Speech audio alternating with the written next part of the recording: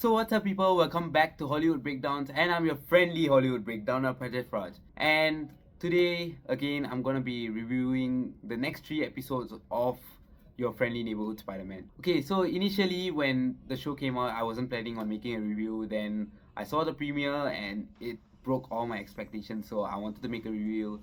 Then I was planning on making a review after all the episodes were out, but these 3 episodes were even better. And a lot has happened, so I just felt like making a mid-season review. So these 3 episodes have actually changed a lot of my opinions on the show. Because when I watched the first 2 episodes, as much as I liked it, I thought it was just another Spider-Man show that featured another Peter Parker story. But after watching the next 3 episodes, I feel like Marvel has worked out some magic. They have cooked. Without further ado, let's get into the review. So episode 3 picks off exactly where episode 2 ended. Norman finds out that Peter is Spider-Man and he asks Peter about it. And Peter tries to come up with excuses, and Norman was saying, bro, you could have done better saying that Spider-Man is your friend. And then he admits that he is Spider-Man. And then Norman Osborn says that he actually created this internship to find out who is Spider-Man, because Spider-Man saved Harry's life in the first episode and he wanted to do something for Spider-Man. He asked Peter what he wants. Peter, of course, being humble, he says he doesn't want anything, and Norman Osborn wants to team up with Spider-Man, but of course Peter has reasons to keep his identity a secret. He doesn't want people around him to get hurt, and if Norman or any of Oscorp's members teams up with Spider-Man, of course they have a risk of getting hurt, and Peter does not want that, so he rejects Norman's offer. And then we see 2 characters, Maria and James, getting some high-tech weapons from an unknown dealer, and with the weapons they become the Tarantula and Speed Demon. And then they proceed to rob a jewelry store where Spider-Man comes to interfere and fight them, but he easily gets defeated by these weapons lah. You brought a knife to a website? It's actually really smart. Then Norman Osborn contacts him by hacking his phone, and he helps Spider-Man defeat the 2 villains. And after this, Peter feels that teaming up with Norman Osborn might be a good thing, and of course he goes to Norman Osborn and talks about it, and of course Norman is open to it. So yeah, they become a team, and I gotta talk about how when they first introduced Norman, they showed him as this intimidating character. His voice, everything reminded me of Willem Dafoe, and now he's just becoming a bit more friendly with Peter, because Peter is after all Spider-Man, who is the guy who saved his son. I have to say, episode 1 and 2, I didn't find it really funny, but there are some moments in these 3 episodes that I just started laughing out loud. And then there's of course the character called Lonnie Lincoln, who is the Tombstone in the comics, and we see his family getting into some trouble because his younger brother joins a gang called the 110, and then they do some illegal stuff, causing the police to show up at Lonnie's house. When Lonnie goes out to get his brother back, he goes to the 110, their sort of hangout area, and he walks in and calls his brother home, and the brother is ready to leave, but the gang leader there, called Big Donovan, he is a character from the comics, he says, you can't just walk into my area without an introduction and take one of my guys away. And yeah, Lonnie Lincoln introduces himself to Big Don, and Big Don says, yeah, I know who you are, you can't just take my guy away. Lonnie offers to replace his brother, not willingly. He says it to save his brother, because Lonnie is not going to let his brother join a gang. So he says, how about you let my brother leave and I'll do whatever you want. So of course Big Don takes up the offer, because that's such a great upgrade. And so the episode ends with Norman and Peter teaming up while Lonnie joins the 110. Moving on, then episode 4 starts, and we have this scene where Peter meets Harry as he's about to enter Norman's office. Peter tells Harry how his father is actually quite intimidating, but whenever Peter is talking to Norman, he's actually joking half the time. Like, he doesn't seem intimidated at all. He's like always informal. So when Peter is telling Harry that Norman is actually a bit intimidating, it was kind of ironic, because you're so chill whenever Norman is around, and then now you're saying that he's actually scary, bro. Come on, man, please. But moving on, Norman tells Peter about the Sokovia Accords, and then in the TV we can see the news showing footage of the fight that Captain America and Iron Man have at the airport in Germany. So, I mean, we do see Ant-Man in the news, so it makes me wonder who replaced Spider-Man in Team Iron Man. On the roost!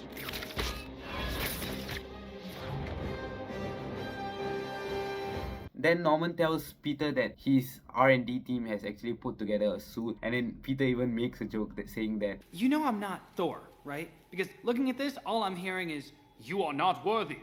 You're underestimating yourself. this show really, at sometimes, whatever you think in your mind when you look at a scene, Peter just says it out. So I think that's one of the reasons why this show is so good. And then we get a scene of Peter trying out the suit, and since the suit has a cape, it actually gets stuck somewhere, and then Peter gets beaten up by the people he's supposed to beat up. And that was a funny thing, but he proceeds back to Oscorp, and Norman says, okay, we'll try a new suit. And I was expecting a montage of him trying out the suits that we've seen in the concept art. Yo, check out his dumb costume. Is my suit really that bad? Ouch. I want to offer you any help you need. Look at what my team has put together. I'm gonna need to see some other options. This is actually pretty cool. Next, please. Here's your balloon. None of these suits are right. You and I will be perfecting what comes next. We have a winner. Your friendly neighborhood Spider-Man, now available on Disney+. But luckily they did not do that, and they proceeded to move the story on with Lonnie. I'm not gonna talk about everything here, so the next main thing that happened was Big Donovan, being a bit skeptical about Lonnie, sends Lonnie to a place where another gang called the Scorpions, yes, the head of the Scorpions is the Scorpion. He sends Lonnie to the Scorpions' territory to get some food, and of course Lonnie, without knowing that that's the Scorpions' territory, he goes there, and everyone knows he's from the 110, so the Scorpions kinda like ask him to spread a message to Big Don, and they also follow Lonnie, but Lonnie outruns them and takes a train back to 110, and he has this small argument with Big Don saying that you sent me there, and he gets a bit pissed. And of course Big Don says, now they've seen your face, they're not going to let you alone, you need us, you need the protection. Yeah, I mean, he has no choice but to stay with Big Don. And then we get to see Peter try out a new suit, and after their third suit that didn't go well, when Peter comes back to Oscorp, Norman Osborn was like, sorry Peter that I'm forcing you to do all this. I want to create a new generation of heroes who take accountability for the damage that they cause, because he refers to how the Hulk is like one gamma explosion away from destroying the whole city, and how the Avengers decimated a whole city trying to destroy an AI that they created. So he wants to create this new generation of heroes that are going to be taking responsibility for whatever they do. He wants to start it with Spider-Man, so that's why he's trying to help Spider-Man. After Norman says that he wants to create this new generation of superheroes, he brings out another suit, which is a version of the Future Foundation suit from the comics, and we've seen this in the trailers. It looks amazing, perfected the design for the Spider-Man suit, just that it has to be red and blue. So the episode ends with Peter using his new suit to save some people who got into an accident because of 4 people who robbed a place. The 4 people are also villains in the comics. One of them is supposed to be the Rhino's father, but I think he's going to be the Rhino in the show. Another one of them is the Unicorn, who actually becomes the Unicorn in the next episode. For the third person, he's actually called Dimitri, and as soon as I saw that character, I knew who he was. Because we all know that guy called Dimitri from Far From Home, who was part of Nick Fury's team, and everyone had this speculation that he's going to be the Chameleon. But of course, there were some people who doubted it, because all that they said about him was that his name is Dimitri. They didn't reveal his last name, so people couldn't confirm that he is the Chameleon. But in this show, they said his full name. Character looks exactly like the guy from Far From Home, so I think we can confirm that. So after Peter saves the people, he heads back to Oscorp, and he immediately removes his mask in Norman's office without realizing that Harry Osborn was actually there with Norman. Holy crap, you're Spider-Man. No, I'm not. And then Peter tries to hide his logo and say, I'm not. But I mean, there's no saving you, Peter, in that one. You got caught red-handed. But it was really cute how Peter reacted. I started laughing at that scene. So it was moments like these that made me laugh. Then we cut to a scene where we see the Unicorn looking at the news that her friends have been arrested. She actually escaped when the police arrested her friends. and she goes to this unknown dealer, and this unknown dealer is the same one from the previous episode from whom Speed Demon and Tarantula got their weapons from. We know that because it all had this logo, like it was like a horizontal 8, like an infinity symbol, and that was the same symbol on Butaine's weapons from the second episode as well. And then we get a big reveal that this unknown dealer is actually Dr. Octopus, and the episode ends there. All the episodes so far have great endings, if you realize. Okay, so moving on, in episode 5, Norman calls in Peter for a meeting before school starts. He says that Harry should join their team because he knows Peter is Spider-Man, and also Norman is not going to be available at all times, so Harry can help Norman fill in the space whenever he's not there. And Peter does not like this because, of course, he's not happy with people finding out his identity, but Norman does not leave him with any choice. And then Harry drops Peter at school, and he becomes the talk of the town because Harry is the son of one of the richest people in New York, and he's also a social media influencer on Instagram, so of course he has fans in Peter's school. Yeah, Peter gets a lot of fame because of Harry, and Nico doesn't like that. And then after school, Peter suits up to just swing around, and right after he turns on his comms, Harry shouts into the comms. So, how was school today, Mr. Spider-Man? Were you seriously just waiting for me to turn the comms on? Alright, I'm gonna be completely honest with you. I almost definitely was. I was so bored, dude. And that was like such a cute and funny moment. Like, I just started laughing there. Like, it shows how these guys are immature. Also, at the start, when Peter was meeting Norman, Norman was talking about Harry. He may only be 15. 16.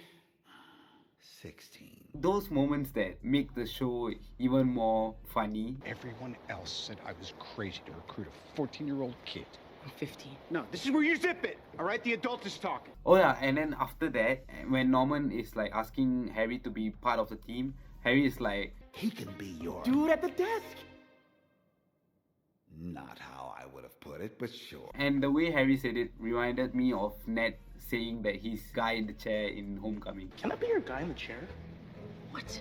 All these scenes are heartwarming and amusing. I just love this show, man. You see Harry and Peter talk to each other, find out more about each other. They kind of become close as Peter's swinging around and they get to know each other. So that was a nice sequence there. Then we see the unicorn wearing her helmet that she just got from Doc Ock, trying to break out her friends from prison. We get a whole sequence of her fighting Peter and all that. Then at the same time, we also get a sequence of the 1/10 gang fighting the Scorpion gang, and yeah, and we actually see the Scorpion there. Of course, he's not in his Scorpion suit, he's just there as a normal human. Mac Gargan actually takes a knife. He starts walking towards Big Don to stab him. Lonnie intervenes. He actually gets stabbed in the arm, and the police was arriving, so the Scorpions couldn't do anything about it and they had to run away. But because of how Lonnie saved Big Don starts appreciating Lonnie, and because of all the brotherhood and the protection Lonnie is getting from the gang members, he kind of fits in the gang and he opens up to them and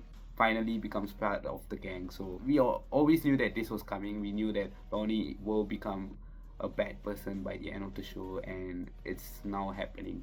But it wasn't for the reasons that I thought it would be. Big Don always called Lonnie Superstar, so now Lonnie told him not to call him Superstar, and everyone was going to call him, I think, Gravedigger. Hell, the way you buried Gargan, we should start calling you Gravedigger. It didn't really sound good, so Big Don said, I'm going to call you the Tombstone, and everyone was like, whoa, that sounds so cool. Nah, we should call you Tombstone.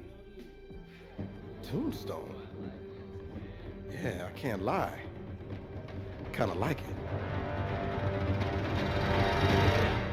So yeah, I mean, we all saw it coming. He's going to become Tombstone, like in the comics, and I'm actually kind of excited to see how they're going to make him turn white, because the Tombstone has some kind of albinism in the comics, and that's why he's completely white. This is all that happened in these 3 episodes, and I previously gave this show a rating of 4.5 out of 5 for the first 2 episodes, but these 3 episodes have scaled up in terms of everything. The humor is better, the story is better. I have a better sense of the direction in which Marvel is taking the show in, and the characters have always been written well. I think after seeing these 3 episodes, it's fair to say that this show can get a 5 out of 5 rating, and we are only halfway through it.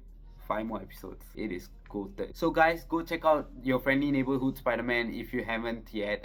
Get a Disney Plus subscription. And I'll meet you guys in another great video. And I'm always your friendly Hollywood breakdowner, Prajeth. Bye.